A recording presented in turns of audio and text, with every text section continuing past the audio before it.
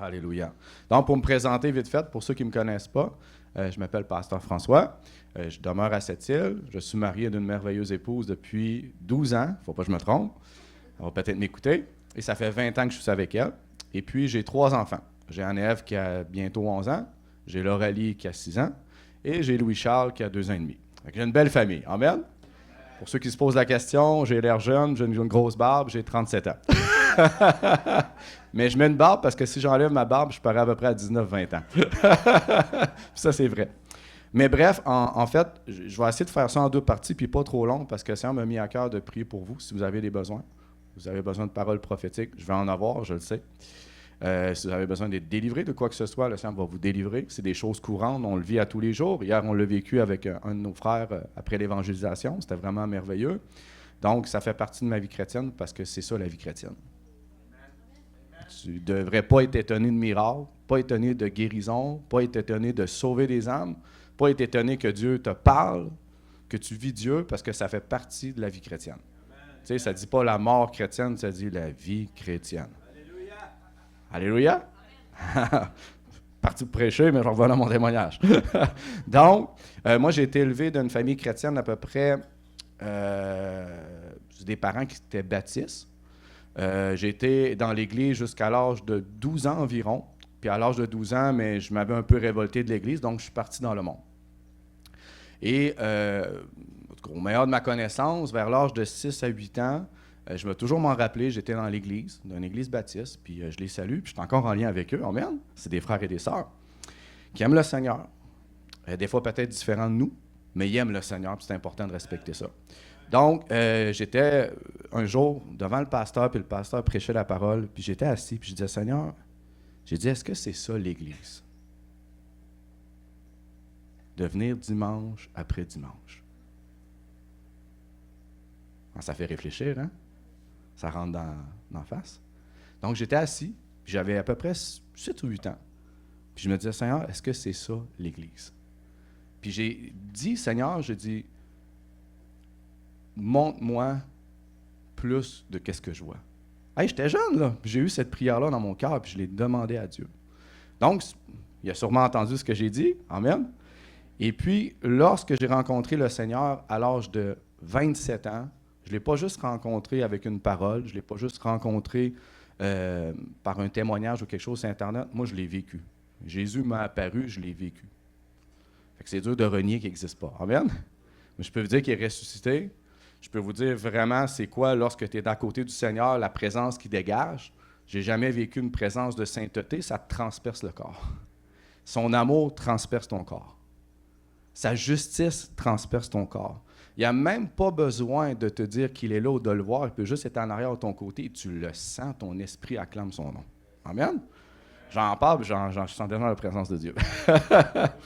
Donc, c'était un témoignage de ma vie fracassant, impactant, qui a changé et bouleversé tout le cours de ma vie. Mais ce que je peux vous dire, c'est que lorsque j'ai rencontré Jésus, il m'a montré que ce n'était pas un Dieu de religion, mais un Dieu vivant par lequel on peut expérimenter, vivre des choses. Alléluia! Et c'est ça qui est important de comprendre ici, que ce soit chez nous à Sept-Îles ou dans l'Église en général, c'est qu'il y a plus que le dimanche. Il y a plus que réunion par-dessus réunion, puis par-dessus réunion. C'est bien, c'est bon, je ne suis pas contre l'Église locale, on en a une à Sept-Îles. On est plus de 60 personnes. On se réunit les dimanches. On se réunit dans les soirées de prière. On évangélise ensemble. Mais il y a plus que ça. Le plus, c'est ta relation avec Dieu. Le plus, c'est qu'il te parle, qu'il te change, qu'il te transforme et qui agit à travers toi. Dans ta famille, à ton travail, dans tes cercles d'amis, un peu partout. Comme qu'on a fait hier quand on est allé évangéliser. Je peux vous dire la vérité, quand tu vas évangéliser puis que tu vois des guérisons, que tu vois des gens touchés, des gens donner leur vie au Seigneur, c'est tellement satisfaisant. Parce que tu vois Dieu, puis moi je voyais le petit couple qui ont venu partager tantôt, je voyais le monsieur, c'est Gérald, c'est ça? Il était tellement touché, il a quasiment les larmes aux yeux. Il a vu Dieu agir à travers lui. Là, tu vois que Dieu est vivant, parce que tu ne peux pas inventer quelqu'un qui tu ne connais pas, tu n'as jamais vu de toute ta vie, qui dit qu'il y a une chaleur dans le pied et que la douleur est partie. N'est-ce pas merveilleux? Mais vous savez quoi? Vous pouvez tous le faire. Personne ne peut avoir une excuse un jour devant Dieu et dire « Seigneur, moi, je ne le savais pas. » Non. C'est écrit dans ma parole, Marc 16, 15 à 17. « Voici les miracles qui accompagneront tous ceux qui auront quoi? » Ça dit-tu juste les pasteurs? Ça dit juste les ministres? Juste les anciens? Ou tous ceux qui auront cru? Avez-vous cru? Hey boy, avez-vous cru? Yes. Alléluia. Donc, si vous croyez à la parole de Dieu, inévitablement, vous allez parler en nouvelle langue, c'est ce qui est écrit, c'est un miracle. Vous allez guérir les malades, ressusciter les morts, oui, quand Jean l'a dit. Oh oui, c'est encore de nos jours. Vous allez chasser les démons. Pas juste à l'intérieur de l'Église, mais vous êtes appelés à aller à l'extérieur de l'Église. Ah, il n'est plus là. J'avais l'image tantôt qui était... Attendez une petite seconde. Je m'excuse. C'est ça, Face ID, hein? Puis il marche pas avec le micro? Non. C'est pas grave. Vous allez voir que moi, je suis pas compliqué. Il y avait une slide, c'est marqué « Bienvenue ». C'est marqué « Église Le Centre », un endroit pour être activé. Alléluia. Équipé. Tu sais, tu es activé, tu es équipé, c'est tout un package, là. Mais il y a un mot que peut-être que de nos jours, on aime ça faire comme envoyer. Amen. Mais ce mot-là, envoyer, vous concerne tout le monde. Et quand je parlais tantôt que quand j'étais jeune, à l'âge de 6 à 8 ans, je disais, Seigneur, il manque quelque chose dans l'Église. Mais je me suis rendu compte qu'après avoir donné ma vie à Christ, après avoir grandi dans le Seigneur, après avoir visité plein d'églises au Québec, parlé à plein de pasteurs, ce côté-là de vie chrétienne qui est envoyé est beaucoup comme inexistant. Comme notre frère a dit, puis je m'excuse de le dire ainsi, puis c'est vraiment de bon cœur. Puis il a enlevé les mots de ma bouche. Je ne me rappelle pas comment il s'appelle. Serge. Il a dit hier, il n'y avait presque personne pour l'évangélisation. Et pourtant, si on est proche de Dieu, puis on prétend être proche de Dieu, puis l'aimer, bien on connaît son cœur, puis son cœur, c'est quoi? Le bas poulet perdu. Je vous le garantis, si vous cherchez Dieu de tout votre cœur, que vous passez du temps avec lui, puis vous dites, Seigneur, qu'est-ce que tu désires pour ma vie? Je vous garantis à 100% qu'il va vous révéler son cœur pour les âmes. Tantôt, je priais, je dis, Seigneur, qu'est-ce que tu veux que je partage qui tourne autour de quoi? J'ai été transporté en vision une fraction de seconde, puis j'ai vu un champ, puis c'était la moisson. Vous savez, dans la parole de Dieu, Jésus a dit, priez le maître d'envoyer des ouvriers dans la moisson. Parce qu'il n'y en a pas d'ouvriers. Puis trop souvent dans l'Église moderne, on dit que les ouvriers, c'est juste Pasteur Léandre, c'est son mari, c'est François, c'est Rabbi, c'est juste les ministres. Mais la Bible a dit que c'est tous ceux qui auront cru. Ta vie doit être accompagnée de miracles. Ça doit venir un style de vie. Tu es au IGA, puis tu vois quelqu'un en béquille, tu ne te poses pas la question qu'est-ce que tu dois faire. Tu sais que Jésus, qu'est-ce qu'il ferait? Tout le monde va répondre la même chose. Il va aller guérir le malade. Ben oui, tu es appelé à faire la même chose. Voici les miracles qui accompagneront tous ceux qui auront cru. Guériront les malades, chasseront les démons. Alléluia. Donc, inévitablement, cette vie-là chrétienne est primordiale pour votre croissance. Je pense que c'est Rabbi qui me le dit au Sébastien. Je pense que c'est Sébastien. Il dit, tu peux grandir dans toute ta vie chrétienne. Tu peux avoir une bonne relation avec le Seigneur. Tu peux marcher dans la sainteté qui est extrêmement important. On s'entend? Vous êtes d'accord avec moi? Jésus l'a quand même dit, tu peux chasser les démons, tu peux prophétiser, mais si tu ne le connais pas et si tu vis dans le péché, ben, on s'entend que ça ne va pas bien pour toi. Hein? On va être poli. Donc, on s'entend que la sainteté est extrêmement importante de marcher à l'image de Christ. Mais le côté de vivre la vie chrétienne, de propager la parole de Dieu, de guérir les malades, chasser les démons et de marcher comme Jésus est aussi importante parce qu'elle va t'apporter dans la croissance dans ta foi. Sinon, tu vas être un chrétien débalancé. Tu vas marcher dans la sainteté, tu vas avoir une bonne connaissance de Dieu, tu vas vivre les choses avec Dieu, mais c'est comme s'il te manquait une jambe. Parce que je vous garantis, frères et sœurs, lorsque vous allez sur le terrain, vous allez affronter vos peurs, vous allez voir des peurs que vous n'avez jamais vécues de toute votre vie. Mm-hmm. La première fois qu'il y a une personne que tu vas prier va manifester puis tomber à terre, qu'est-ce que tu fais dans le Walmart quand on fait le bacon? Ça m'est arrivé, on a même passé à la TV avec ça. Qu'est-ce que tu fais? Il faut que tu affrontes tes peurs. Il faut que tu affrontes le regard des gens. Il faut que tu prennes autorité et tu te concentres sur la personne. Quand tu prêches la bonne nouvelle, puis drôlement, tu es dans une rangée, puis il n'y a personne, puis quand tu commences à parler de Jésus, la rangée se remplit, qu'est-ce que tu fais? Puis il y a une madame qui est juste à côté de toi, prendre du pot de Nutella, puis tu es en train de parler de repentance, puis là. C'est vrai, c'est tout le temps comme ça. Tu affrontes le regard des gens, mais tu ne peux pas affronter le regard des gens vraiment dans l'Église, parce que c'est tes frères et tes sœurs. Mais les gens que tu ne connais pas, qui te regardent, qui te calomnient, qui te parlent mal, ou qui te crachent dessus, ou qui te disent hey, « ton affaire, j'en veux pas », il faut que tu passes par là. Amen, merci ma soeur. Il faut que tu passes à travers les persécutions. Si tu dis que tu es persécuté dans l'Église, ça ne va pas bien, c'est tes frères et tes sœurs, c'est ta famille. Ce n'est pas des persécutions. Persécution, c'est que ta famille ne te parle plus. Persécution, c'est que tu manges des coups de poing. Tu te fais cracher dessus comme ça m'est arrivé. Persécution, tu passes à la TV comme étant un malfaiteur. Est-ce que vous me suivez? Ça, c'est des persécutions. Ça fait mal. Mais est-ce que tu vas continuer pareil? Est-ce que tu vas continuer à persévérer dans l'œuvre de Dieu parce que c'est ce qu'il te demande, parce que tu l'aimes? En passant, ça va éprouver ton amour pour lui. C'est vrai qu'on est éprouvé dans l'Église souvent pour aimer notre prochain. Il y a des gens, des fois, qui sont plus durs à aimer que d'autres. C'est pas grave, tu grandis dans cet aspect-là aussi. Mais tu dois comprendre que vers l'extérieur, aller vers des gens que tu ne connais pas, aimer des gens que tu ne connais pas, aider les pauvres, les supporter, les écouter, prendre position pour ta foi, ça éprouve ton amour pour Dieu et pour ton prochain. Et c'est tellement important. Puis je ne suis pas parfait. Vous savez, je suis comme un peu comme ça. Moi, j'ai commencé à balbutiner quand j'allais évangéliser. J'avais peur. J'allais vers la personne, je retournais le bord, puis bye. Puis là, je priais. Seigneur, aide-moi à réussir. Je n'ai pas lâché le morceau jusqu'à temps d'être capable de parler de Jésus à une personne pour la première fois de ma vie. Je n'ai pas lâché le morceau de mettre mes mains sur les malades, même si je ne voyais pas de résultat, jusqu'à temps que je vois un résultat. Puis même quand j'arrive pour chasser des démons, puis ça me manifestait, puis il ne se passait pas grand-chose, je n'ai pas lâché le morceau jusqu'à temps que je vois que les personnes soient libres. Je n'ai pas lâché le morceau de prier chez nous, puis d'évangéliser pendant plus de 3 ans et demi avant de voir mon premier baptême. Il y en a une petite gang qui a abandonné après 1 mois. Qui a commencé à évangéliser, mais a arrêté après 2 semaines, 3 semaines, 1 mois? Puis après ça, on veut être dans l'Église, puis on veut chanter « Alléluia, Seigneur, on veut des âmes ». C'est ta responsabilité. Vous savez que ce n'est pas la responsabilité de Dieu avant tout. Il vous a donné le mandat à vous.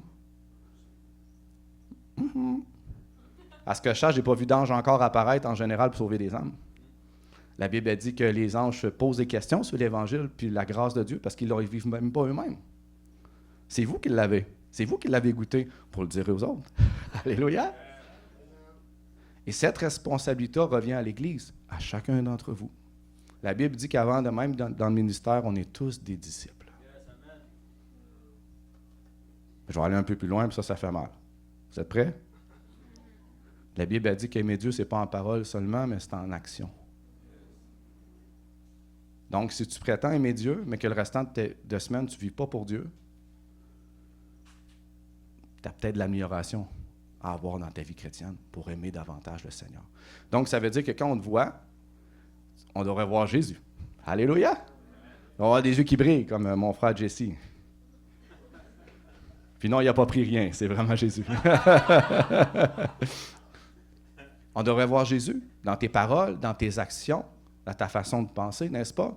Tu devrais être dans ton travail, puis les gens te voient, puis tu leur tapes ses nerfs de briller puis de te réjouir tout le temps. Alléluia! Comme ça m'arrive des fois, les gens viennent à mon travail et disent « Quoi que tu manges pour être heureux? » Quelle porte ouverte! Pourquoi quand ça va mal dans l'entreprise puis ils parlent de d'EDF, toi, tu es assis? Amen, alléluia. Parce que j'ai la paix de Dieu. Vous transportez un trésor que les gens n'ont pas dans le monde. Ce trésor-là, il est puissant. Vous êtes baptisés du Saint-Esprit pour la plupart, j'espère, de tout cœur. Sinon, cherchez-le à le recevoir au plus vite.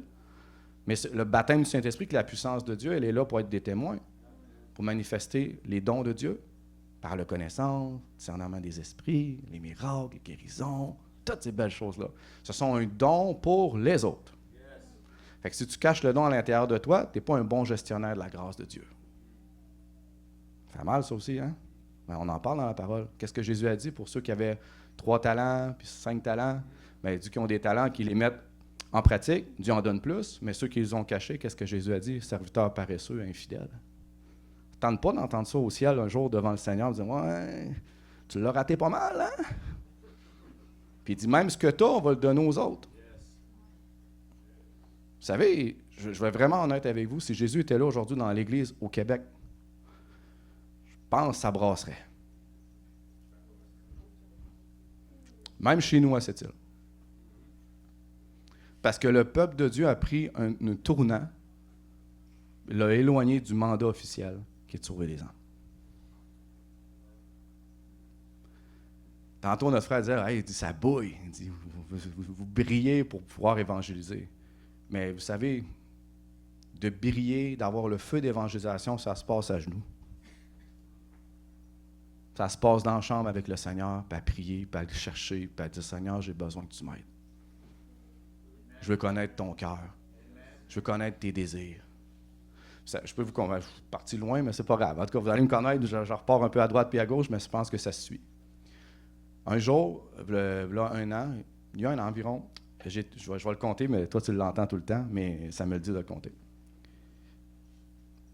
J'étais chez nous un samedi, puis j'avais promis, écoutez bien, je m'avais engagé à ma femme de faire rien, de rester chez nous, à prendre du temps avec les enfants, puis parce que je m'avais beaucoup absenté pour le ministère, puis j'ai dit, samedi, là, on passe la journée ensemble. Hey, j'étais-tu fier de moi?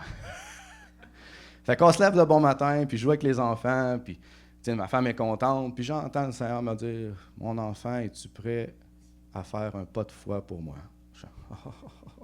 Je le connais, le Seigneur, je sais que c'est lui qui me parle. Il dit, monte à Bécomo.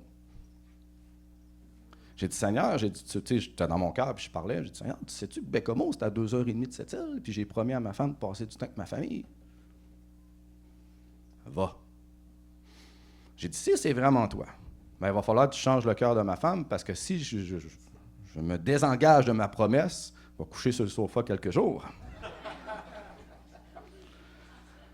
Fait que je dis, Marie-Ève, j'ai quelque chose à te dire. Là, elle me regarde. J'ai dit, c'est comme drôle, le Seigneur me demande d'aller à Bécomo faire un aller-retour. Ah, dis, vas-y. Je dis, wow, d'habitude, ça aurait été le contraire, hein? Surtout quand tu t'engages, tu dis à ta femme, je vais être là, puis je vais passer du temps avec la famille. Fait que je suis parti à Bécomo, puis en m'en allant à Bécomo, pendant 2h30 de temps, je ne recevais rien de Dieu où aller. Fait que ça éprouvait ma foi, puis je me dis, Seigneur, si je fais 2h30 de route, puis qu'au final, je me suis trompé, je vais avoir l'air de quoi? Donc, j'arrive à Bécomo, puis je ne reçois rien. Fait que je m'en vais me parquer dans le Walmart. Nous, on évangélise tout le temps Walmart. Puis le Walmart est béni parce que c'est les seules places qui ne sortent jamais. Fait que je me parque au Walmart.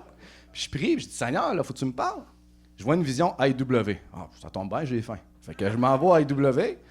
Puis je me parque au IW. Puis je dis, Seigneur, il n'y a personne à part quelques autos. Puis j'ai dit, à l'intérieur, il y a des gens qui mangent des hamburgers. Je dis, je vais rentrer. Je vais aller manger en même temps. Moi, évangéliser là. Ça a dit, non, tu restes dehors. OK. Puis là, je vois un beau Peterbilt, un beau camion. Moi, je suis maniaque des camions. Fait qu'un beau Peterbilt avec belle pipe chromée, puis il est neuf. Puis je la regarde. Je me promène dans un auto, puis je regarde le camion. À un moment donné, je vois un jeune qui sort du IW. Il doit être dans la trentaine, puis il s'en va de main. Là, je fais, ah, c'est toi. Fait qu'il s'en vient. Je me parque à côté de lui, je baisse la vitre, puis je dis, hey! J'ai dit, t'as-tu mal dans le dos? Il dit, ouais, pas mal. Il dit, je me suis blessé, j'ai comme un hernie, puis ça fait beaucoup mal, puis je souffre en camion, parce que je ne sais pas si vous le savez, même avec des barrières dans les routes de la Côte-Nord, ça fait ça tout le long. J'ai dit, je peux prier pour toi si tu veux. Ah, il dit, ah, prie pour moi. Je mets ma main sur lui, 2 secondes, il y a une chaleur, puis il n'était pas capable de toucher ses pieds, comme John. Puis une fraction de seconde, il les a retouchés, puis il a reçu la flexibilité à 100%. Il s'est mis à pleurer, il dit, c'est quoi que ton affaire, c'est quoi ta fête? J'ai dit, c'est Jésus. Fait qu'il dit, tu viens d'où, tu fais quoi? J'ai dit, je viens de cette île. J'ai dit, je suis parti un matin juste pour toi. Fait qu'il commence à pleurer. J'ai dit, je pense que Dieu te cherche. Je pense que Dieu veut que tu entendes l'Évangile. Puis inquiétez-vous pas, souvent les gens nous accusent de dire, vous faites juste guérir malade, vous n'annoncez jamais la bonne nouvelle. C'est pas vrai. On l'a annoncé hier, à chaque personne qu'on rencontrait, on parlait de repentance puis de croire en Jésus. Le message est extrêmement important pour les amener au Seigneur. Amen? Donc, j'ai parlé de la repentance, j'ai parlé de croire en Jésus pour être sauvé. Mais ça tombe bien, il y a des gens en Beauce, je viens de la Beauce, puis il y a des gens en Beauce que je connais, des chrétiens qui prient pour moi. C'est encore une preuve. J'ai dit, il y a un petit gars de cette île qui s'est déplacé 2h30 de route juste pour toi, puis il repart à cette île après, juste pour que tu sois guéri puis que tu entends la bonne nouvelle. J'étais content, je repars en auto après avoir tout fait ça, puis je m'en vais vers cette île. Mais j'étais triste. Savez-vous pourquoi? Parce que je disais, il y a 2 églises chrétiennes à Bécomo. comment ça qu'un gars de Sept-Îles doit monter à Bécomo pour parler de Jésus?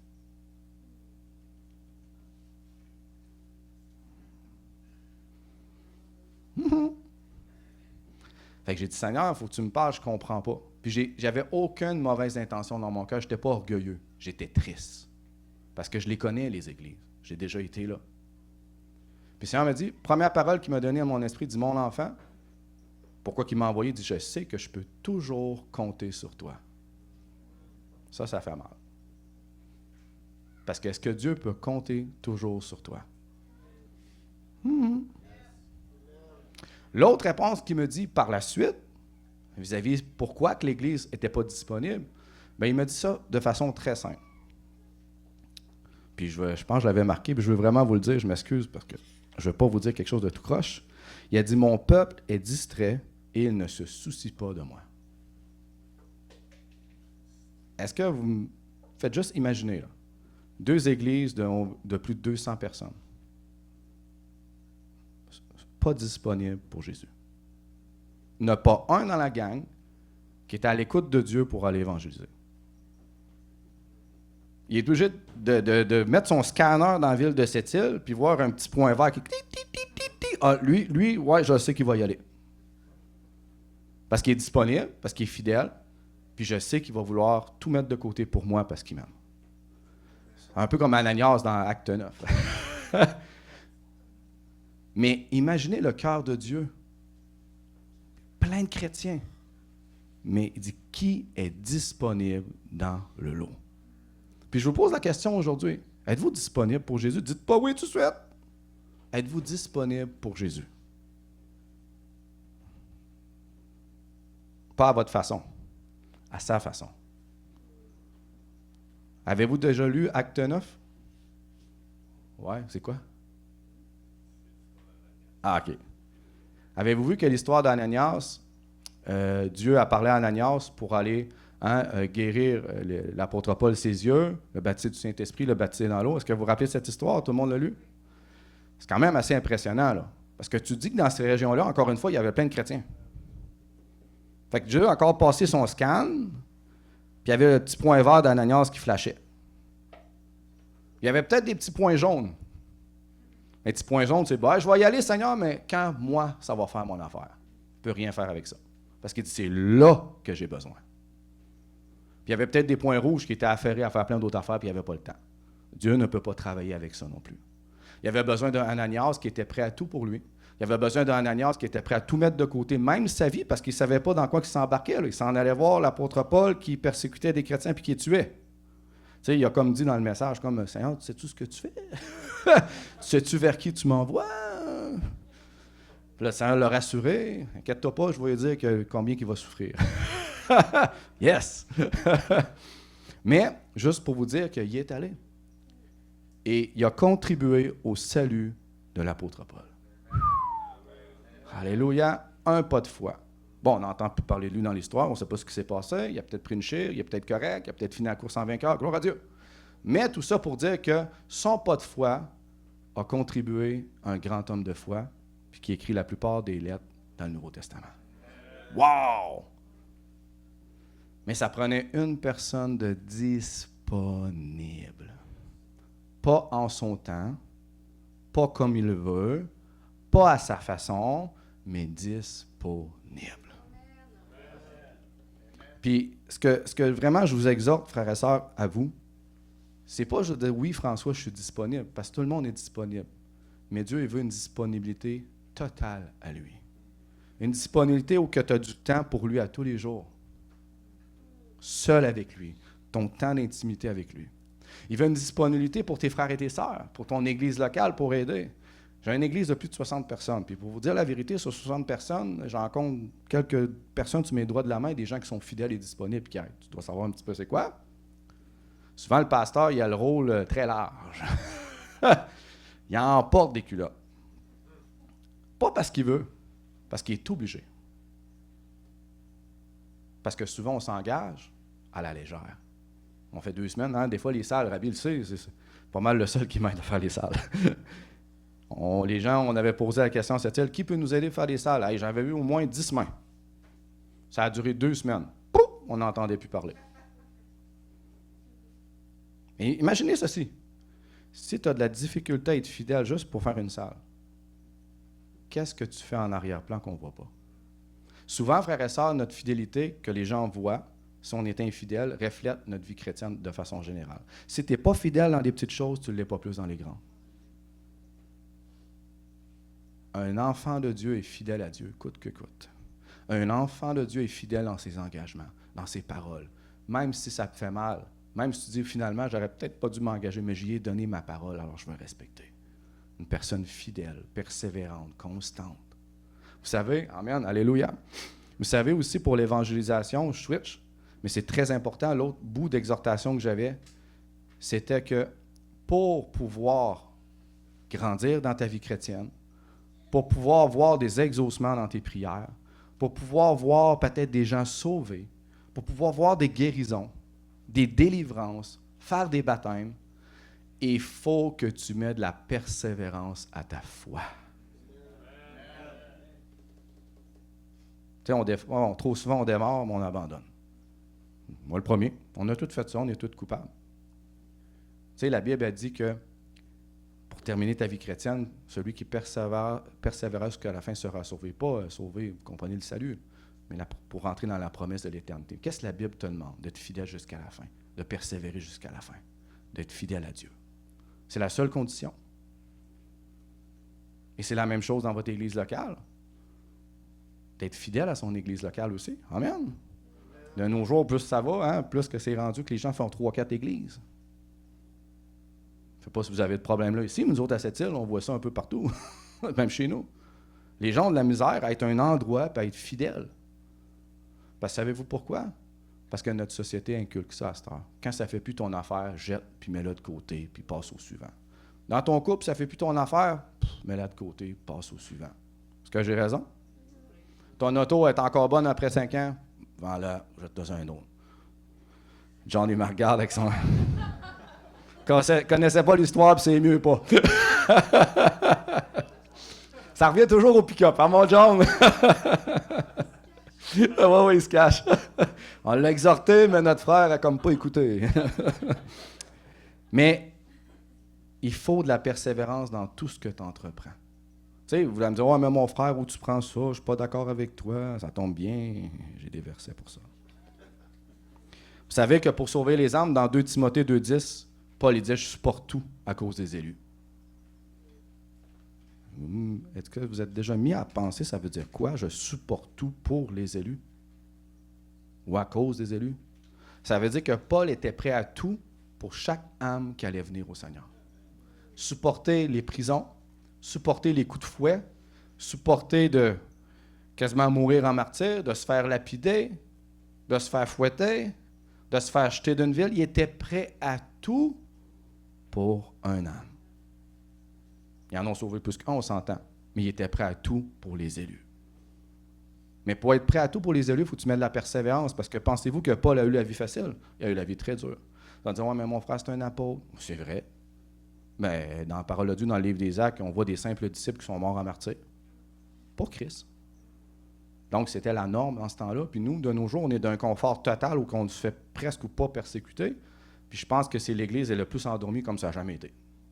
Quand je dis Église, je ne parle pas de l'Église de la Sange, je parle de tout au Québec puis en Amérique. Pourtant, on devrait être les plus en feu. Je vous le dis, qu'est-ce qui peut arriver de pire que quelqu'un fait juste dire « Je veux rien savoir de ton affaire ». Hier, y a-t-il eu des persécutions hier? On a eu un refus, moi puis John. Puis la personne dit « Non, c'est beau! » On ne s'est pas fait mettre la tête sur le bûcher avec une... non. Mais la satisfaction qu'on a eue après, d'avoir persévéré, parce que savez-vous quoi, quand tu commences, souvent quand tu veux un refus, tu t'en vas et tu ne veux plus le faire. Mais on est habitué, on passe par-dessus et on persévère, parce qu'on le sait par expérience depuis des années. Ça fait 10 ans que j'évangélise partout, dans les rues, au magasin, au Walmart, au centre d'achat à Pharmaprix ou qu'il y a les pilules. Tous les lieux sont bons. Puis tous les petits obstacles qu'on a, on a appris à passer par-dessus et à persévérer parce qu'on sait que si on persévère, on va trouver une personne qui va être touchée, il va y avoir une guérison, puis il y a peut-être un baptême. Ils ont trois personnes à contacter cette semaine, peut-être qu'ils vont venir au Seigneur. Amen! Imaginez s'ils n'avaient pas fait leur pas de foi hier, puis hier, ils avaient juste décidé de dire « Bon, j'ai mon gazon à faire aujourd'hui. Il fait chaud. » C'est vrai, ils auraient pu trouver toutes ces excuses-là, mais ils ont dit « Non, on y va pareil. » Puis ils étaient là. Fait qu'ils ont mis leur chair de côté, ils ont renoncé à eux-mêmes. C'est moins populaire de nos jours de parler de renoncement. Pourtant, Jésus a dit « Si tu veux te charger de ta croix, renonce avant tout. » À toi-même. Ils ont renoncé à eux-mêmes, à leur projet peut-être, à tout ce qu'ils avaient prévu. Puis on dit, on va mettre du temps pour Jésus. Amen. Puis ce temps-là, qui est investi pour le royaume de Dieu, va peut-être apporter des baptêmes. Yes, imaginez si tout le monde ici décidait de se lever pour Jésus. Il n'y aurait même plus de place. C'est ça la vérité. On chante des louanges tout le temps, le réveil, puis on veut le réveil. Savez-vous, si vous voulez le réveil, c'est parce que vous admettez que vous êtes endormi.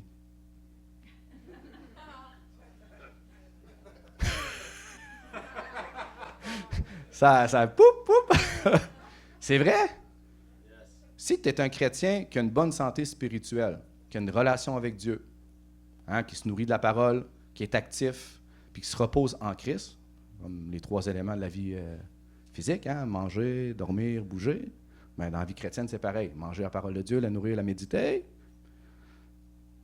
bouger, être actif, mettre la parole de Dieu en pratique, puis te reposer dans le Seigneur. Amen? Si ces 3 choses-là sont en progression, tu es en bonne santé. Tu sais-tu quoi? Tu vas te rendre compte que tu n'as pas besoin d'être réveillé parce que tu sais que tu es réveillé.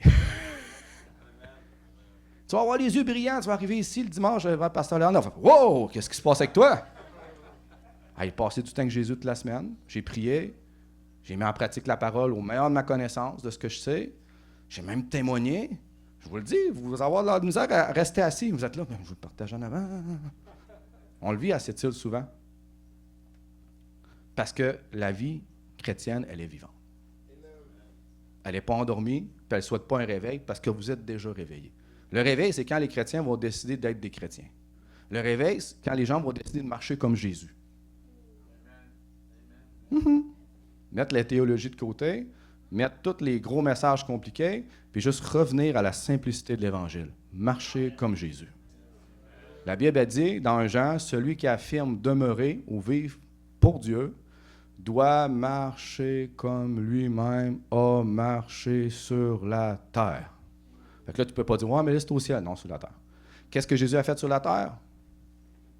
Passer du temps avec ses disciples, il les enseignait. Êtes-vous d'accord? Chasser les démons, guérissait les malades. Et des fois, il était un petit peu brusque envers les religieux, puis emmène. Il ressuscitait les morts, puis il recommençait le lendemain. Puis il recommençait le lendemain. Puis il recommençait le lendemain. Puis il recommençait le lendemain. Puis là, des fois, on voulait le faire tomber d'une montagne, puis il recommençait le lendemain. Des fois, on l'insultait, il recommençait le lendemain. Il avait toutes les raisons pour arrêter. Puis il continuait. Puis il persévérait. Parce qu'il y avait un objectif. C'était de mourir sur la croix pour vous. Ça en valait la peine. Amen. Je supporte tout pour les élus. Paul l'avait compris dans son cœur. Si on est appelé à marcher comme Christ, on est appelé à souffrir comme Christ.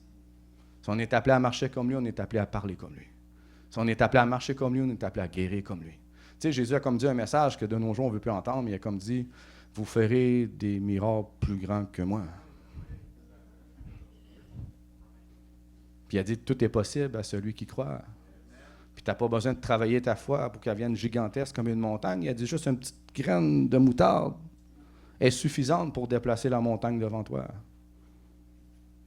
Vous savez, les plus grands miracles que j'ai vus, c'est quand c'est des nouveaux chrétiens qui ont 2 mois dans le Seigneur, qui n'ont aucune doctrine, qui ne savent rien de Jésus, puis ils mettent un main sur un malade, puis le cancer est guéri.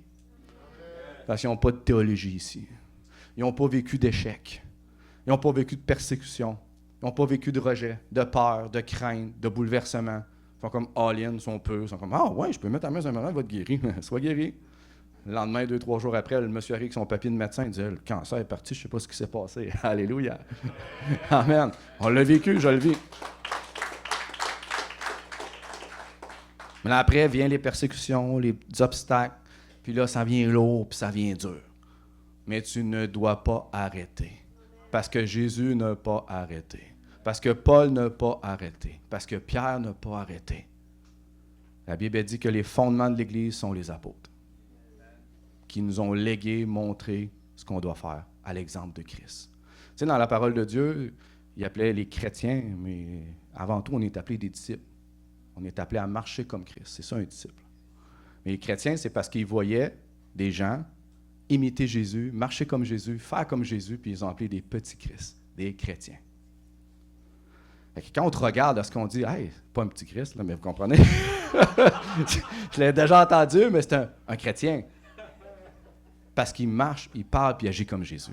Ouais, je l'ai entendu, fait que je voulais comme couper ça tout de suite. Quand on te regarde, est-ce qu'on voit Christ briller à travers toi? Puis tu sais, encore une fois, il faut l'amour dans tout ça. On en a parlé hier une couple de fois, puis c'est tellement important. Mais des fois, on confond l'amour avec les émotions. Savais-tu quoi? Même si tu ne ressens pas une journée que Dieu t'aime, même si tu ne te sens pas dans le feeling d'aimer les gens, à la minute où tu obéis à la parole, tu marches dans l'amour. Parce que savez-vous quoi, hier, là, ça ne me tentait pas d'évangéliser. J'aurais bien mieux resté au chalet qu'on était. On était-tu bien? À prier en langue pendant 3 heures. C'est plus facile qu'aller évangéliser. Mais par amour pour Christ, mon obéissance s'est traduite en action. Et c'est comme ça que je démontre mon amour. Je vous le dis, frères et sœurs, vous pouvez chanter à tous les dimanches que vous aimez Dieu, mais si à tous les jours, votre vie n'est pas à l'exemple de la parole, vous passez à côté de la volonté de Dieu. Puis un jour, n'oubliez pas, vous allez comparaître devant Christ. Pas pour être jugé pendant l'enfer, mais pour vos récompenses. Et certains vont passer à côté de leur récompense parce qu'ils ont passé à côté de la volonté de Dieu.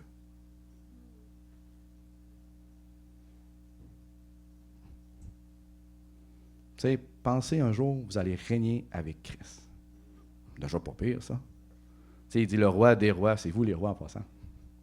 Le Seigneur des... Il dit, tout disciple bien formé sera comme son maître, mais ne sera pas supérieur à son maître, mais sera comme. Vous êtes appelés à comme Jésus, à marcher comme lui ici-bas. Alléluia. Alléluia. Donc, vous êtes appelés à être comme Jésus, à marcher comme lui. Puis, la bonne nouvelle dans tout ça, je vais essayer de faire vite, c'est que vous devez arrêter de chercher qu'est-ce que vous avez déjà. La Bible a dit que si vous êtes baptisé du Saint-Esprit, la puissance de Dieu est en vous. Les dons sont en vous. Le parler en langue est en vous. L'autorité est en vous depuis que vous êtes né de nouveau.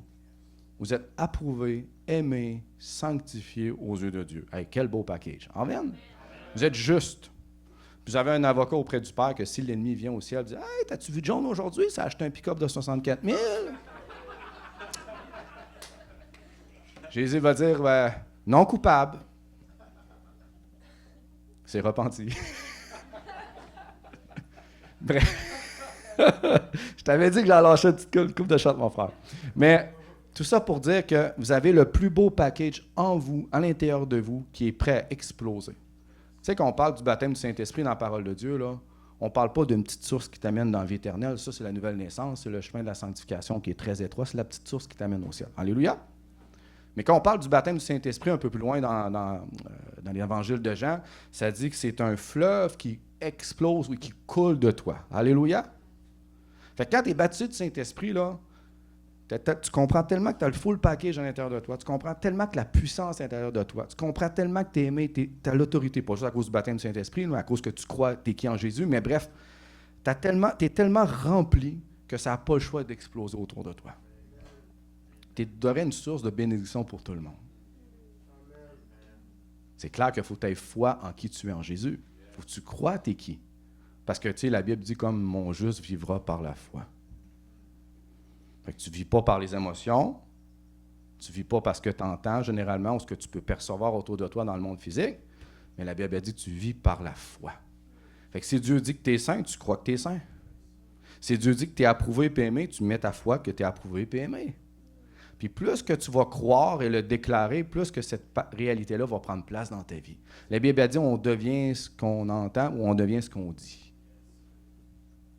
Fait que si tu as un langage de mort à tous les jours, mais étonne-toi pas de ce que tu hérites autour de toi. Mais si tu as un langage de vie à la hauteur de la parole de Dieu, tu vas avoir les fruits. Amen. Alléluia. Tu sais, des fois, les gens ils viennent me voir et disent « Ah, mon frère, tu as l'air hautain. » Non, je sais je suis qui. Je sais l'autorité que j'ai. Je sais que je suis aimé. Je sais que je suis saint. Pas de temps à perdre avec le péché. C'est la mort, le péché, ça ne produit rien de bon. Je me concentre sur la progression à progresser avec Christ. Alléluia. Dans la parole de Dieu, Hébreux 12, 14, je pense, ça dit sans la sanctification, nous ne verrons le Seigneur. Donc, au moins, il faut une progression dans ta vie chrétienne. Que tu chemines, que tu avances, que tu grandis, que tu crois. Aujourd'hui, peut-être tu vas me dire, moi, mon frère, je suis en long avec Dieu, ça va bien, j'ai en sainteté, j'ai un temps avec lui. Oui, alléluia. Mais est-ce que l'aspect de la vie chrétienne, comme Jésus, sur le terrain, est développé? Si tu dis c'est non, c'est le temps de le mettre en pratique, c'est le temps de grandir dans tout ça. Et là, tu vas devenir un chrétien équilibré, qui va commencer à partager en avant comme vous avez fait. Ça va encourager les autres, qui vont commencer à le faire, puis ça commence à venir après ça comme une boule de neige qui fait juste grossir, puis grossir, puis grossir. Il y en a d'autres qui vont t'offusquer, il y en a d'autres qui vont être jaloux, il y en a d'autres qui peuvent quitter, comme on a déjà vécu, parce que ça ne fait pas leur affaire. Mais si ce qui est écrit, puis est là, tu es dans le bon chemin. Quand j'ai débuté ma vie chrétienne, Dieu m'avait donné une vision, Dieu dit, il est écrit. Alléluia. Même si les autres te disent, t'es dans le champ, mon frère, guérir 5 malades. Mais non, c'est Jésus le faisait, puis il dit que ça va m'accompagner. Peut-être toi qui es dans le champ. Mais moi, je ne fais pas de débat théologique parce que ça ne donne rien. Paul a dit, le royaume de Dieu ne consiste pas en parole, mais en puissance. Pourquoi? Pour que votre foi ne soit pas fondée sur moi, mais sur la puissance de Dieu. Quand tu évangélises, ce qui te différencie des chrétiens, des gens religieux ou des religions, c'est que tu as la puissance de Dieu en toi. Parole de connaissance, la personne dit comme ça, tu sais ça que j'ai mal aux pieds. Puis il a pris pour elle, puis il est guéri. Ça chauffe, je ne comprends pas pourquoi, c'est quoi ton affaire. Mais ça, il n'y a aucune religion qui peut produire la puissance de Dieu. Amen. Amener avec un message qui est véridique, qui touche le cœur des gens. Je peux vous dire, quand vous annoncez l'Évangile, là, puis la vraie Évangile, là, les gens, des fois, ils viennent en colère ou qu'ils changent. Les yeux, c'est comme s'ils changeaient de couleur. Ils viennent noirs, ça. Ils ne veulent rien savoir de ton affaire. C'est toi le pire. Jésus a dit que nous, on s'aime, puis c'est lui qui fait croire. Nous, on s'aime, puis c'est lui qui convainc. Fait que prier en parallèle pour que Dieu continue d'arroser. Mais si tu as fait ta job de semer, ce n'est pas ta job de pousser ou de travailler le cœur des gens. Souvent, on veut trop sauver les gens, puis on veut leur vendre un gâteau. Il serait dû pour une petite bouchée, mais tu lui donnes le gâteau complet, puis tu le perds, puis tu ne l'entends plus parler. Il a fermé son cœur, il ne veut plus rien savoir. Il faut être sage aussi. Il faut être à l'écoute du Saint-Esprit qu'on amène les gens au Seigneur. Je le dis hier, je le répète en terminant, je vais essayer de terminer. OK. Je pourrais en parler toute la journée. Hein. Tout ça pour vous dire que quand tu évangélises, que ce soit au magasin, ou parfois à l'hôpital, ou que tu rencontres des gens vite fait, c'est clair que les gens, la plupart du temps, sont occupés. Tu ne peux pas commencer à leur parler pendant 1 heure au Walmart. Ils vont être là et ils vont dire, tu t'aimes bien que ton affaire, là, j'ai d'autres choses à faire. Fait qu'il faut que tu sois clair, net et précis, que tu sois simple dans ce que tu partages, puis que tu pries pour eux. Ne commence pas à prier pour eux pendant une demi-heure. « Seigneur, je te demande, s'il te plaît, de la guérir. » Puis là, tu commences à flatter même la jambe. Je l'ai déjà vu, c'était bizarre. La personne te dit, quoi tu fais? « Oh, je l'ai vu. » Puis ça faisait 10 minutes qu'elle priait pour le monsieur, finalement, elle n'a pas été guérie. Fait que c'est pas super. Fait que quand tu pries pour les gens, tu vas clair, net et précis. Jésus, il n'a jamais commencé à poser des questions sur quoi que ce soit. C'était, t'es malade, sois guéri. T'es opprimé, sois libre. Puis il était libre, puis guéri. On se complique tellement la vie avec plein d'affaires, puis c'est tellement simple. La foi est suffisante pour tout. Rappelle-toi ça, la foi est suffisante pour tout. Même si ton frère, même si la personne au Walmart, elle vit dans le péché à fond la caisse, puis elle te le dit qu'elle vient dans l'adultère, elle te le dit qu'elle boit, puis toi, ça t'offense, ça t'offusque, ça n'empêchera jamais la puissance de Dieu de la guérir et de la délivrer. La plus belle preuve dans l'Ancien Testament, Moïse, quand il a comme désobéi à Dieu, puis il a tapé 2 fois du bâton, la montagne a quand même séparé en 2, puis l'eau a coulé. La preuve que la foi, elle est suffisante. Puis la preuve, si tu es sauvé aujourd'hui, ça veut dire qu'il n'y a pas un péché qui fait obstacle à Dieu, à la puissance de Dieu. Tu ne dois pas être offensé par les gens de mauvaise vie, parce que c'est des gens qui vivent dans le péché. Toi, tu apportes la grâce de Dieu. Tu apportes l'amour. Tu as une bonne attitude. Tu n'es pas offensé parce qu'ils disent, pas parce qu'ils sacrent pendant une demi-heure que tu dois être offensé. Non, tu ne seras jamais offensé si tu l'aimes. Tu apportes la grâce. La Bible dit, là où le péché abonde, la grâce de Dieu abonde. Alléluia. Puis vous êtes la grâce de Dieu aussi parce que vous l'apportez en vous. Vous l'avez vécu, puis vous pouvez la témoigner. Amen. Bon, faut pas que je continue parce que sinon, vous allez être tanner. Puis là, je suis gentil, là. À cette ça brasse plus que ça souvent. Mais il faut dire les vraies choses. Puis je salue mon frère tantôt qui a partagé, qui a dit la vérité ce samedi. Puis j'étais « wow ». J'ai pris le courage de dire les vraies choses telles qu'elles sont. Moi, je vous invite à continuer l'évangélisation puis à faire en sorte que, peut-être une fois par mois, une fois 2 semaines, c'est le pasteur Léon qui va décider, mais de travailler en équipe pour la moisson. Puis d'y mettre de la persévérance. Pas que ça dure 1 mois, puis après ça, c'est mort pour le restant de l'année, mais que vous le faites avec persévérance. Que tu sois plus jeune, plus vieux, que tu sois une femme ou non, vous avez tous le même esprit. Vous êtes approuvés et aimés de Dieu. Vous pouvez tous faire des miracles. Vous pouvez tous apporter les gens au Seigneur. « Ouais, mais mon frère, j'ai 4 enfants. » Ben oui, moi j'ai 3 enfants, je les amène d'une poussette, puis je m'envoie un de pareil. Il n'y a aucune excuse, à moins d'un cas extrême, on s'entend. Mais de façon générale, quand j'entends l'Église me donner des excuses pourquoi ils n'évangélisent pas, je fais, ben moi, je suis le gars qui a moins de temps au monde. J'ai des enfants, j'ai une famille, j'ai un travail, j'ai un ministère, j'ai une église, il faut que j'évangélise, il y a les soirées de prière, l'école du disciple. Il y en a, mais je trouve quand même le temps pour les perdus. Tu es capable de trouver le temps pour les perdus. Puis, comme notre sœur a fait ici, aux cheveux rouges, je ne me rappelle plus son nom, elle dit, moi, je prie à tous les jours que Dieu me donne des opportunités de parler de Jésus. Je vous garantis que si vous le faites, c'est la prière fatale. Vous allez avoir des opportunités à tous les jours. Puis même si tu te trompes, puis que tu es en train de pleurer ta vie, puis tu startes une chaîne de prière pour que les gens te relèvent parce que tu n'as pas réussi, demande pardon, puis dis, Seigneur, donne-moi une autre opportunité, je vais continuer. Puis tu vas grandir. Parce que tu persévères malgré tes erreurs et tes échecs. Tu sais, la Bible dit, si tu progresses, si tu grandis, normalement, tu ne te sentiras pas condamné. Mais tu te sens condamné quand tu résistes à la volonté de Dieu. Fait que même si tu ne fais pas la volonté de Dieu, puis tu résistes à la volonté de Dieu, puis tu essaies de cracher le verset à tous les jours, il n'y a plus de condamnation pour ceux qui sont en Jésus-Christ. Yes, alléluia, tu vas toujours te sentir condamné tant que tu ne prendras pas la décision de faire la volonté de Dieu. Puis à ce moment-là, la condamnation va partir.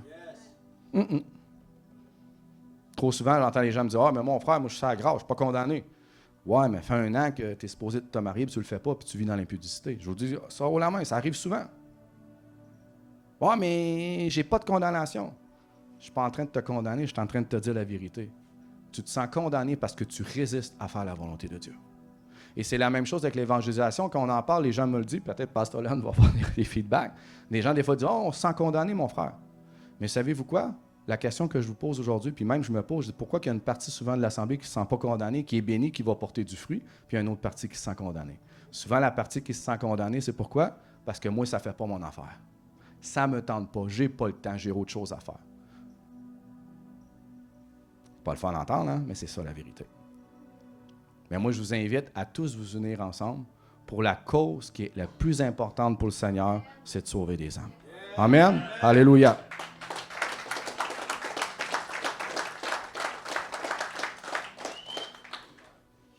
Tantôt, on parlait de me réinviter, peut-être que ça n'arrivera pas après le message.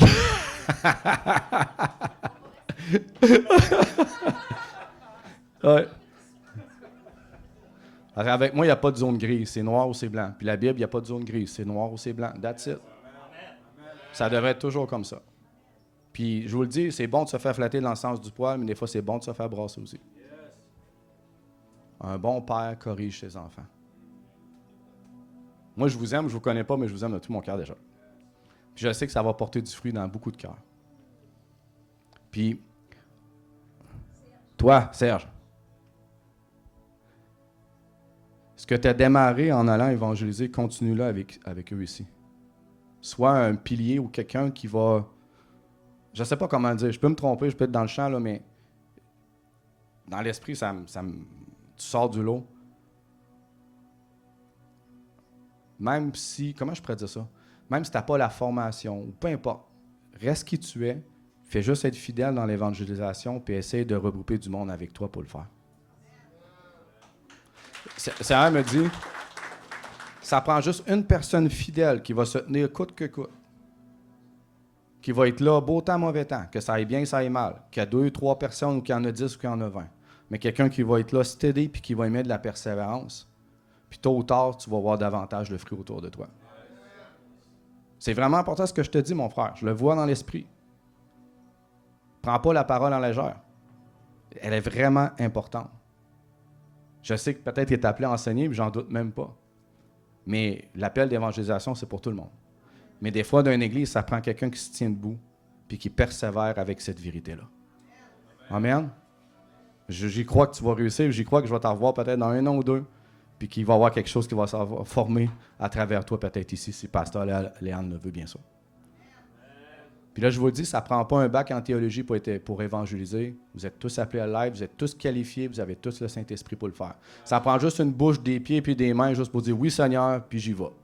Puis même si c'est tout croche, puis que tu balbutines comme simple, puis moi, au début, si tu pries, le Seigneur va changer tes balbutiements pour des bonnes paroles. Ça va se faire avec le temps. Mais fais juste commencer. J'ai sauvé plein d'âmes en disant des choses tout croches. Ils sont encore là pour le Seigneur. Amen? Fait que c'est pas important. Sois là, puis Dieu va agir à travers toi. Mais c'est important ce que je te dis, mon frère. Si tu n'es pas convaincu, prie, passe du temps avec Dieu, mais je te garantis qu'il va te le révéler. Tu es un pilier ici. Tu es quelqu'un de très important. Puis tu es à ta place. Oui. Est-ce que c'est ta femme à côté de toi? Oui. Tu es appelé à le supporter dans son appel, hein? Tu es vraiment appelé à le supporter. Puis tu n'es pas juste appelé à te mettre en arrière-plan, en arrière de lui, tu es appelé à être à côté de lui.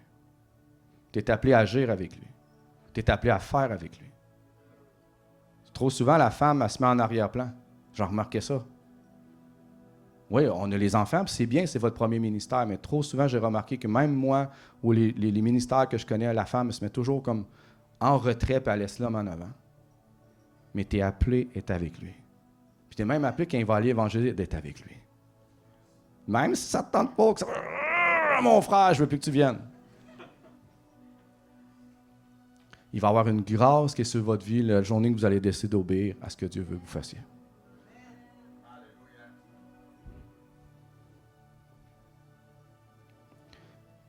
T'aimes le Seigneur beaucoup, hein? T'es-tu quelqu'un qui loue le Seigneur un peu dans ton intimité ou que tu chantes beaucoup d'adoration? Tu sais que la parole de Dieu dit que l'adoration, c'est en parole, mais c'est aussi en action. T'adores Dieu aussi quand ta vie est un témoignage de la parole de Dieu. Puis je déclare vraiment que tu vas prendre ta place, mais de la bonne façon. Et que ça va influencer les femmes autour de toi de la bonne façon. Étape par étape. Mais il y a quelque chose que Dieu est en train de former dans ton cœur. Puis ça se forme dans ton temps avec lui seul. Dans l'adoration, dans la lecture de la parole. Mais il y a quelque chose qui est embryonnaire, puis je sais qu'il y a quelque chose qui s'en vient. Mais l'autre parole que j'ai reçue, c'était vraiment de supporter ton mari beaucoup. Même dans ses erreurs. Même si parfois il peut dire quelque chose en avant qui fait « moi ton affaire », ça peut arriver, ma femme m'a déjà repris.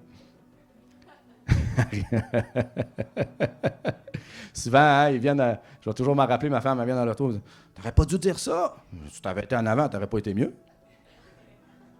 Au lieu de dire « C'était bon, mon mari, je suis fier de toi. » Puis dans la prière, « Seigneur, t'as vu les petites erreurs qu'elle fait, t'aurais pas dû dire ça, tu peux-tu l'aider ou le faire lui montrer? » Ça passe bien. Ça arrivé une fois que ma femme, bon, j'ai dit « Arrête de tout le temps me dire ce que je fais de mal, puis prie. » Elle a commencé pour de vrai à prier. J'ai arrivé un mois après, je dis « Hey, le Seigneur m'avait dit de changer ça. » Je te l'avais dit. Mais quand c'est le Seigneur, c'est donc bien bon, puis c'est facile, hein? OK, amen. On va briser des coupes aujourd'hui. Mais c'est vraiment important. Il y a quelque chose de spécial sur votre vie. Je me trompe peut-être. Je suis peut-être dans le champ, mais OK, d'accord. On ne vous connaît pas, je ne sais pas, moi. Juste l'Esprit me met en... Je vais juste prier pour vous deux, d'accord? Seigneur, je te prie pour ce couple, que tu les bénisses, que tu les fortifies aussi dans leur union, Seigneur, dans leur intimité, dans leur temps ensemble, Seigneur. Que tu brises les chaînes, que tu enlèves des incertitudes, des mécontentements, toutes les colères aussi qui peuvent être emmagasinées depuis des années. Et que tu aides ce couple, Seigneur, à s'épanouir davantage, à briller à un tel point qu'ils vont déranger tout le monde, Seigneur.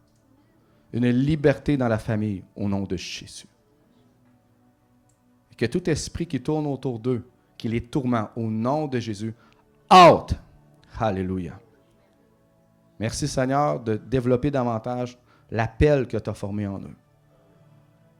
Et je te prie pour sa femme, Seigneur, qu'elle prenne sa place comme tu lui as demandé, dans son couple et plus éventuellement. Au nom de Jésus. Amen. Alléluia. Alléluia. Alléluia. Toi, t'as quel âge en fait? 15 ans! C'est vrai, on a donné 18 ans. Pas super. Tu prends plus vieille, c'est bon signe? Est-ce que tu es baptisé? Ouais, ça fait combien de temps? 1 mois? Tu es une brand new? Tu fais-tu de la musique ou quelque chose comme ça? Ou que tu aimerais, je sais pas? Ah, ok, tu chantes. Tu chantes pour de vrai, ouais. Ah, tu l'as pas montré. OK, puis papa, c'est ton papa à côté? Puis elle chante-tu bien? Il a... Oui. Non. Oui? Elle chante très bien, cool. T'as-tu à cœur de suivre des cours de chant ou des choses comme ça? Non? Tu veux juste chanter? Ah, OK. Elle a commencé à pratiquer le piano, OK. Oh. un peu arrêté, il faut qu'elle apprenne à se faire plus Un confiance. petit peu de persévérance aussi, si tu te rappelles ce que j'ai dit. Si tu veux venir à championne dans le piano, il faut que tu persévères. C'est vrai, hein? Tu peux rien réussir sans la persévérance. Parce que le contraire de la persévérance, c'est quoi? C'est arrêter, c'est un échec. Dans la persévérance, tu peux avoir des échecs, mais tu t'en relèves puis tu continues. Puis ce que je voyais tantôt, pourquoi je te posais des questions si tu faisais de la musique, c'est ce que je voyais dans l'esprit. Puis tout ce que je reçois dans l'esprit, c'est fonce. Amuse-toi. Loue-moi. Adore-moi. Et je vais faire un miracle dans ta vie. Amen? Puis quand tu seras prêt, tu vas pouvoir dire, Pasteur Léane, je veux te chanter ça devant toi. Mais si je pense que ça vient beaucoup de Dieu, parce que je chantais sa présence quand je te parlais. Je suis persuadé que tu as une belle voix. C'est pas la performance que tu dois atteindre, c'est juste de chanter de tout ton cœur. Puis en passant du temps avec Dieu, même si tu es jeune, à tous les jours, un petit peu de temps, l'amour qui va se former en toi va se ressentir dans tes paroles en avant. Même si tu n'es pas la Céline Dion, ça ne prend pas une Céline Dion pour toucher des gens avec la présence de Dieu. Parce que quand tu chantes, puis que tu as une intimité avec Dieu, ça se ressent, puis les gens le sentent. Tu sais, il y a une différence entre chanter en avant, puis je ne dis pas ici, on s'entend. Quelqu'un qui n'a pas de relation avec Dieu, souvent, moi, je le perçois dans l'esprit, c'est sec. Tu sens qu'il n'y a rien en arrière. Mais quelqu'un qui a du temps avec Dieu, qui aime Dieu, qui passe du temps avec Dieu, elle chante, puis ça te transperce. Tu le sens qu'il y a du vécu. Alléluia. Et c'est ce que tu vas devenir, cette femme-là.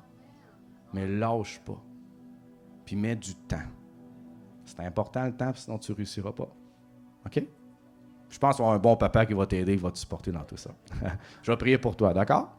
Seigneur, je te prie pour ma petite sœur, de l'aider, Seigneur, dans tous ses défis, même à l'école, de la fortifier, de lui donner un feu pour passer du temps avec toi, un feu pour te louer puis t'adorer, Seigneur. Transforme sa voix pour que ça soit un chef-d'œuvre pour ta gloire, Seigneur, parce qu'elle a à cœur de t'honorer, te glorifier. Et je te prie, Seigneur, de mettre ta protection surnaturelle, Seigneur, de tout ce que les gens autour d'elle, dans l'école, peuvent dire, peuvent faire, les mauvais témoignages que les gens sont, Seigneur, préserve-la pour son mari, au nom de Jésus. Amen. Alléluia. Puis, même si tu es jeune, puis qu'un jour, il décide d'aller évangéliser, tu peux le faire. On le fait avec les jeunes. Tu peux bouleverser une école juste en priant pour une personne. Je te le dis, on l'a déjà vécu. La personne avait mal au cou, puis le jeune avait prié pour le mal de cou, puis ça a fait en sorte que toute sa classe a entendu Jésus. Je ne veux pas te faire peur, mais ça prend juste un pas de foi. D'accord? Le Seigneur, il me dit de te dire, tu es belle, mais pas juste de l'extérieur, mais à l'intérieur de ton cœur. Puis tu es précieuse pour lui. Il dit, mon enfant, ce que je t'ai donné en toi va accomplir de grandes choses pour mon royaume. Ne désespère point, mais sache que je suis avec toi. Alléluia. Amen. Ouh, la présence de Dieu est là, en tout cas, je la sens. Amen. Alléluia. J'essaie de voir, sinon on va prier pour les gens qui le veulent, s'il n'y a pas d'autres paroles prophétiques que le Seigneur veut. Toi en noir. Est-ce que tu es fidèle à cette église? Est-ce que tu vas à un autre endroit? Oui, tu es ici. Ça fait combien de temps? Wow, 4 ans et demi. Alléluia. Je m'excuse, j'ai la bouche sèche. Je vais juste prier pour toi, d'accord? Seigneur, je te prie pour ma soeur. Tu es baptisé et tout, oui. Baptisé du Saint-Esprit, tu parles-tu en langue? Pas beaucoup? Comment ça, pas beaucoup?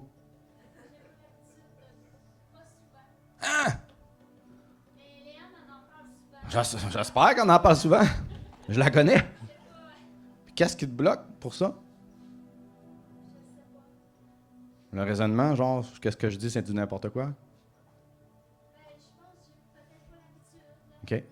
La prière en langue, ça dit que ça t'édifie, donc ça te construit. Encore, je ne fais pas une prêche là-dessus, mais je veux juste te le dire, parce que ça me dit de te le dire. Quand tu pries en langue, l'ennemi ne comprend pas ce que tu dis, puis ça l'énerve.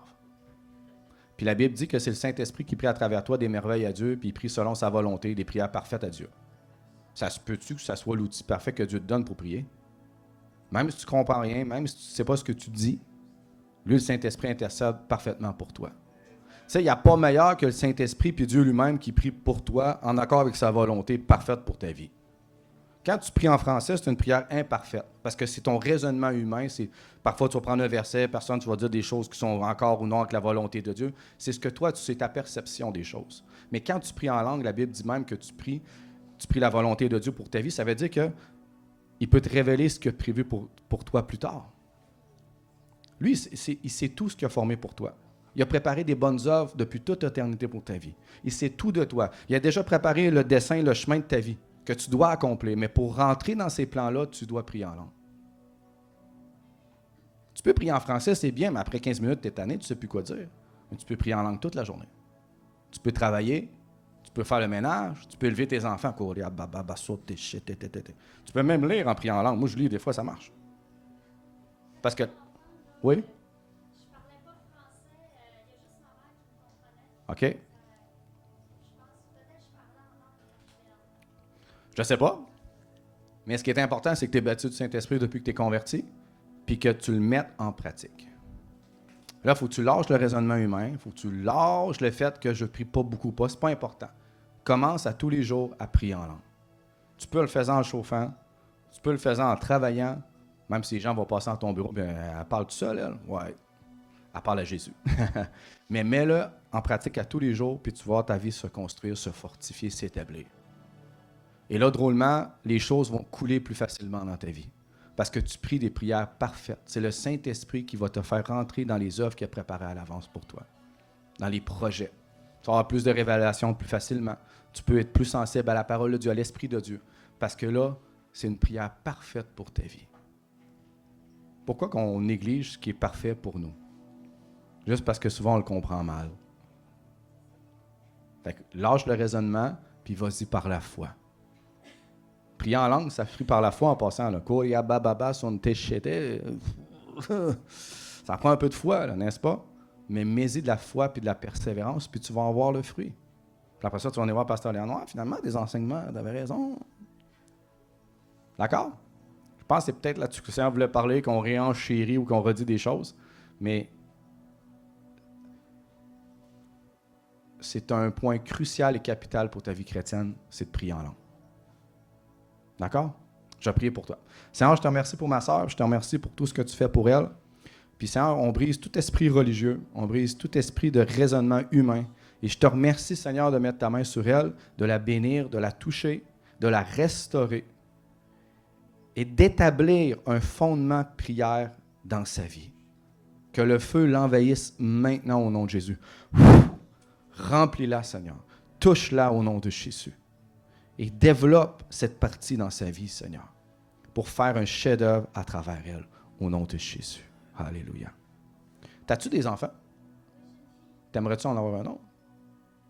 Ou que t'as pas de conjoint, t'es pas marié? OK, c'est difficile. OK. T'es-tu avec un conjoint pas converti ou quelque chose comme ça, non? OK. Puis il n'était pas chrétien, c'est juste que là, ça a rompu à arrêter.